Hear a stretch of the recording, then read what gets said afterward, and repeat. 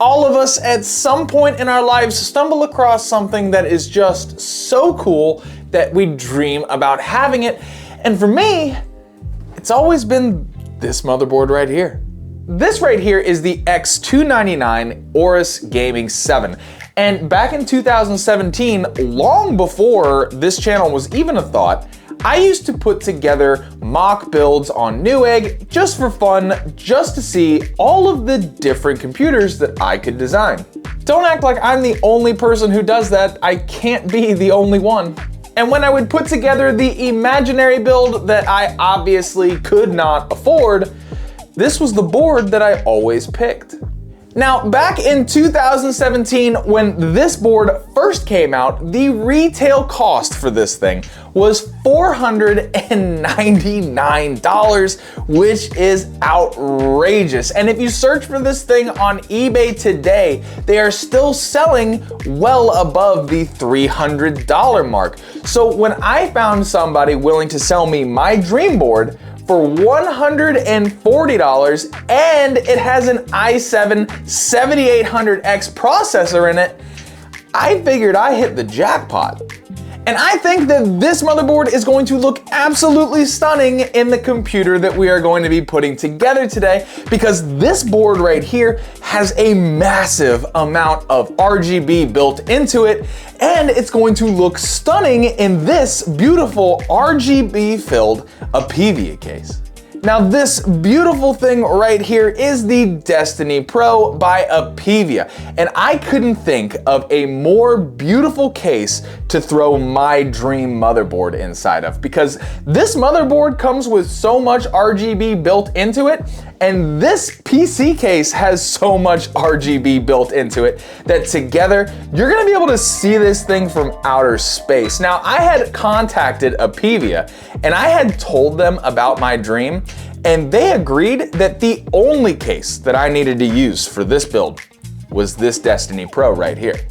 Now, with all of the parts that I have curated for today's build, we are definitely in store for one crazy light show, and I'm pretty sure that the gameplay we're gonna get from here is going to be absolutely amazing as well. But before we can do any of that, I need to clean this motherboard from top to bottom, because it's my dream motherboard and it has to be flawless before it goes in here. So we need to get started, like right now.